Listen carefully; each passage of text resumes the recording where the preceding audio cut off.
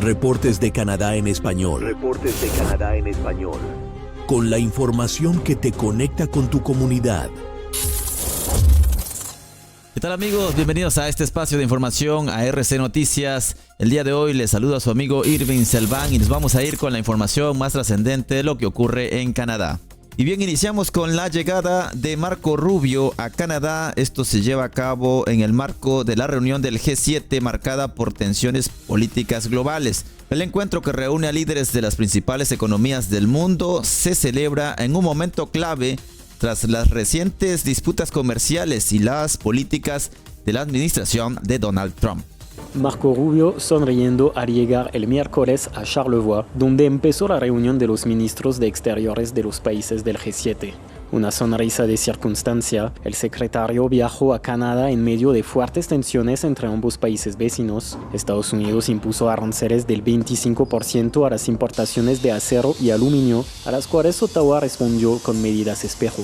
Además de que Donald Trump ya habló de Canadá como el estado número 51 de Estados Unidos, una idea que Marco Rubio intentó justificar. Lo que el presidente ha hecho es que debería convertirse en el estado 51 desde un punto de vista económico. Si se convirtiera en un estado 51, no tendríamos que preocuparnos por la frontera y el fentanilo no cruzará, porque ahora seríamos capaces de gestionarlo. Pero el G7 no es una reunión para hablar de cómo controlar Canadá. Detrás de estas tensiones particulares, otro tema está en el centro de las discusiones: un eventual cese al fuego en Ucrania. Washington llegó a la reunión con un acuerdo de Kiev sobre una tregua de 30 días, un avance acogido con satisfacción por los aliados europeos, que siguen pidiendo garantías por parte de Rusia. Por su lado, el anfitrión canadiense sigue abogando por una paz justa y duradera. He hablado con el ministro de Asuntos Exteriores de Ucrania, Andriy Sybiha, antes del G7 esta semana. Canadá da la bienvenida a la propuesta de Jeddah para un acuerdo de alto el fuego como un paso crucial hacia una paz justa y duradera.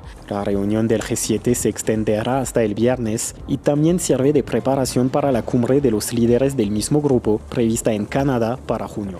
Y sobre los aranceles, Ford y LeBlanc están en Washington. Y bien, continuamos ahora en Washington, donde el premier de Ontario, Doug Ford, y el ministro federal de Finanzas, Dominic LeBlanc, se reúnen con el secretario de Comercio de Estados Unidos, Howard Lutnick. El objetivo es negociar de nuevo los aranceles impuestos por Donald Trump y reducir las tensiones que amenazan la economía regional. Este 13 de marzo de 2025, una delegación canadiense encabezada por el premier de Ontario, Doug Ford, y el ministro federal de Finanzas, Dominic LeBlanc, se reúne en Washington con el secretario de Comercio de Estados Unidos, Howard Lutnick. El encuentro, que incluye al ministro de Innovación, François-Philippe Champagne, y la embajadora Kirsten Hillman, responde a la escalada de tensiones comerciales tras los aranceles del 25% impuestos por Donald Trump al acero y aluminio canadienses, vigentes desde el martes. Canadá contraatacó ayer con tarifas de 29.8 mil millones de dólares a productos estadounidenses, en una respuesta dólar por dólar que Ottawa califica de necesaria, aunque advierte que dañará a ambos lados de la frontera. El conflicto se intensificó esta semana cuando Ford amenazó con un recargo del 25% a la electricidad exportada a 1.500.000 hogares en Michigan, Nueva York y Minnesota, medida que retiró tras una llamada de Lutnick ofreciendo esta reunión. Trump, quien insiste en que Canadá es uno de los peores en términos de aranceles, ha amenazado con más represalias, mientras Ford, en Fox News, prometió no ceder. LeBlanc, por su parte, busca eliminar las tarifas al acero y aluminio, descartando renegociar el TMEC antes de 2026, aunque está abierto a discutir si Estados Unidos lo plantea. Y hoy, señoras y señores, es el último día para Justin Trudeau como primer ministro de Canadá. Así es el último día del primer ministro Justin Trudeau al frente de este gobierno canadiense. Y en un mensaje dirigido a través de las redes sociales, el primer ministro se despide tras 9 años en el cargo. También, pues mañana entra ya el nuevo primer ministro Mark Carney, quien asumirá como su sucesor con planes de un gabinete más compacto. Vamos con los detalles. Hoy es último día de Justin Trudeau como primer ministro de Canadá, cerrando un capítulo de 9 años al frente del gobierno. Mañana viernes, en una ceremonia en Rideau Hall, Mark Carney será juramentado como el 24º primer ministro del país, tras obtener en la elección el liderazgo del Partido Liberal con un 85.9% de los votos el pasado domingo. Trudeau, quien anunció su renuncia en enero tras perder apoyo dentro de su partido y en las encuestas, emitió un mensaje final en redes sociales esta mañana. En él, expresó orgullo por haber servido a un país de personas que defienden la justicia y afirmó que siempre será un canadiense audaz y echado para adelante, instando a mantener esa esencia frente a los retos globales. Carney, exgobernador del Banco de Canadá y del Banco de Inglaterra, asumirá el cargo en medio de una guerra arancelaria con Estados Unidos y ha prometido una transición rápida y sin contratiempos. Fuentes cercanas al nuevo líder indican que planea reducir el gabinete de los actuales 37 ministros a una estructura más compacta, dejando fuera a más de una docena de titulares. Aunque 8 ministros, incluido Trudeau, ya confirmaron que no buscarán reelección, el tamaño final del equipo de Carney se conocerá tras la juramentación. El traspaso ocurre en un momento crítico, con el Parlamento suspendido hasta el 24 de marzo y la posibilidad de elecciones anticipadas en el horizonte. Carney, quien no tiene un escaño en la Cámara de los Comunes, podría convocar a comicios pronto para consolidar su mandato, mientras el país enfrenta la incertidumbre económica y las tensiones con la administración Trump.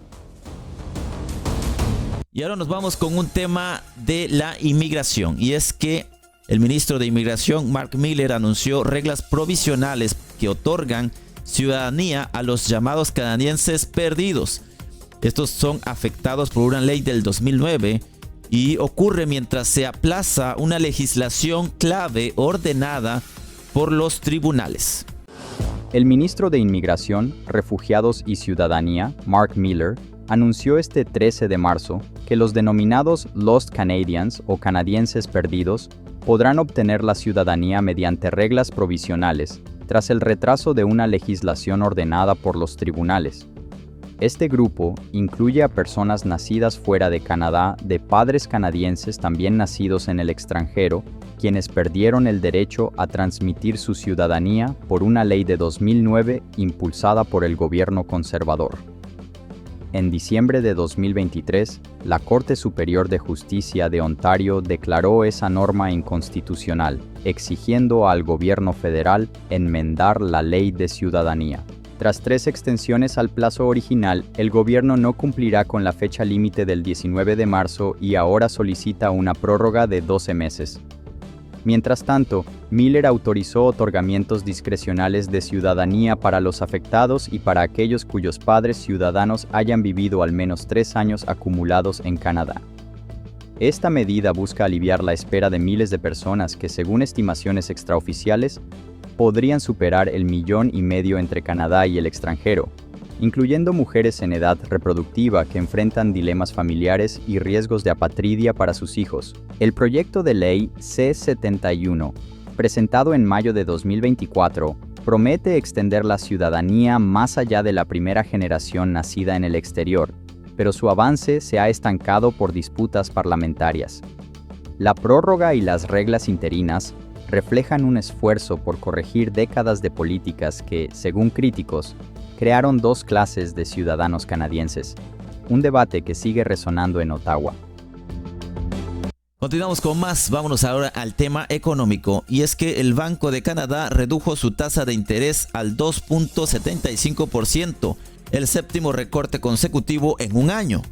Una respuesta a la guerra arancelaria con Estados Unidos. La decisión, liderada por el gobernador Dick Macklem, busca proteger la economía ante las presiones comerciales. El Banco de Canadá anunció este 12 de marzo de 2025 una nueva reducción de su tasa de interés clave, bajándola 25 puntos base hasta el 2.75%. Es el 7º recorte consecutivo desde junio del año pasado, cuando la tasa era del 5%.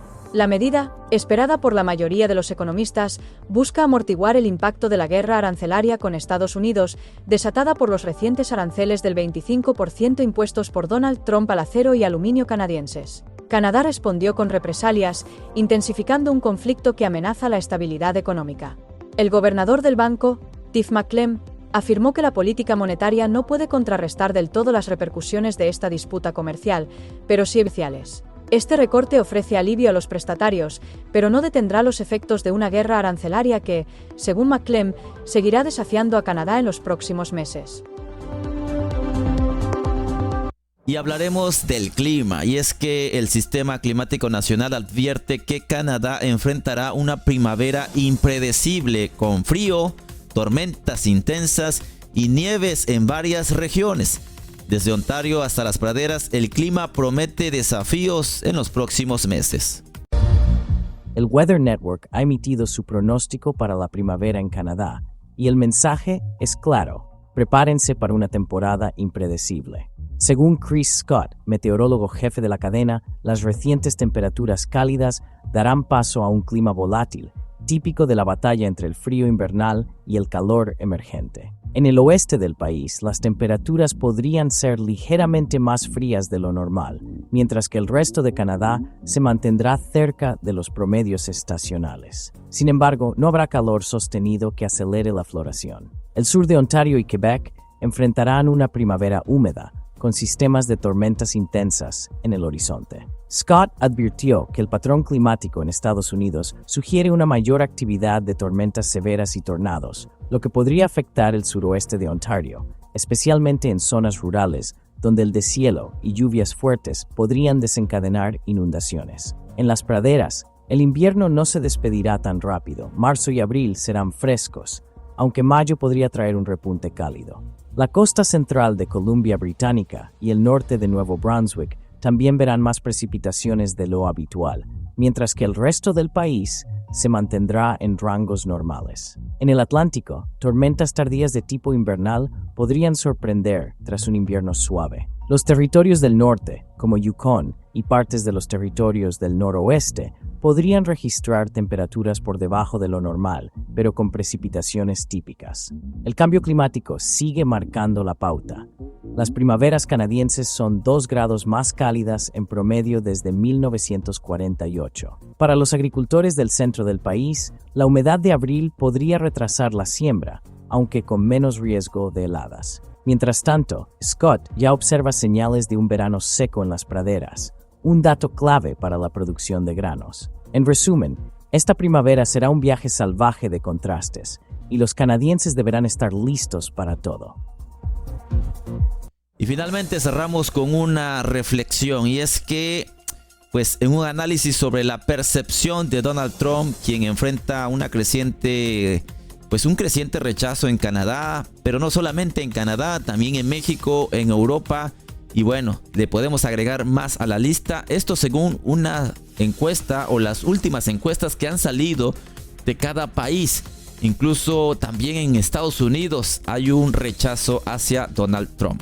Donald Trump no es el líder más popular alrededor del mundo, pero tampoco en Estados Unidos, y ciertamente el sentimiento de simpatía hacia Estados Unidos no ha mejorado desde que asumió el poder el pasado 20 de enero, pero particularmente a raíz de las medidas proteccionistas y amenazas con las que ha dirigido la potencia norteamericana en estos 50 días de su segundo mandato. En Canadá, por ejemplo, una encuesta nacional realizada por Nanos Research para The Globe and Mail reveló que el 90% de los canadienses afirmó que su opinión sobre Estados Unidos había empeorado en el último año, y al pedirles que describieran sus sentimientos, las 2 respuestas principales, con diferencia, fueron pesimismo e ira. En contraparte, más de la mitad de los canadienses afirmaron que su percepción de su país había mejorado o ligeramente mejorado en comparación con hace 12 meses. Nick Nanos, jefe de datos de Nanos Research, indicó que incluso incluso si ambos países retoman relaciones cordiales, el sentimiento negativo que sienten los canadienses será difícil de revertir. Es como si tu mejor amigo te dijera que ya no quiere ser tu amigo. Quizá puedas superarlo, pero no puedes retractarte de lo que se ha dicho. Y creo que para muchos canadienses, lo que ha salido de Estados Unidos no se puede retractar. La medición reveló además un aumento en el sentimiento patriótico de los canadienses. El 40% de los encuestados dijo que sus vecinos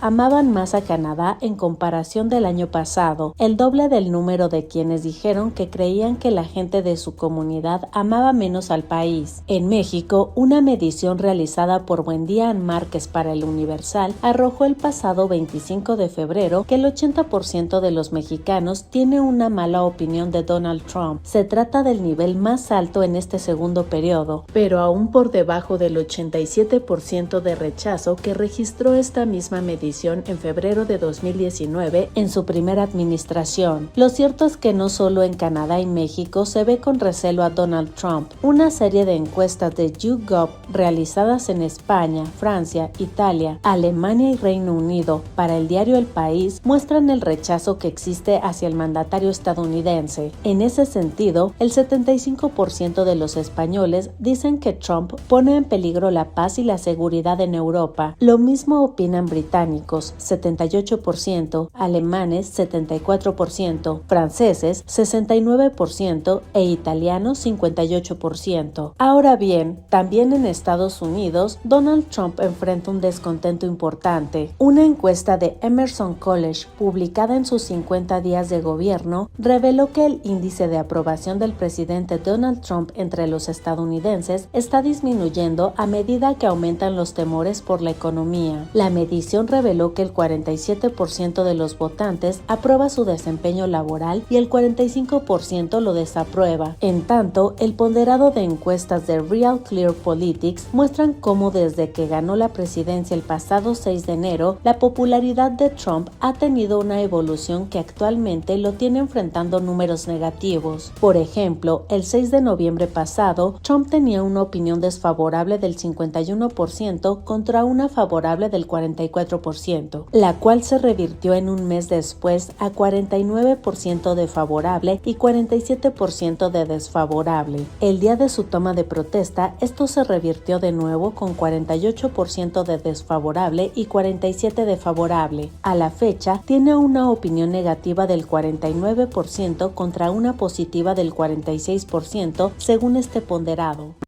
Queridos amigos, llegamos al final del programa, agradecidos por supuesto como siempre de su preferencia. Gracias por apoyar este canal, gracias por apoyar este proyecto independiente en el cual les proporcionamos la información de manera objetiva y clara. Ustedes quedan informados, gracias, hasta la próxima edición. Suscríbete, dale like y comparte, porque la información no se detiene y nosotros tampoco. Esto fue Reportes de Canadá en español. Gracias por informarte con nosotros.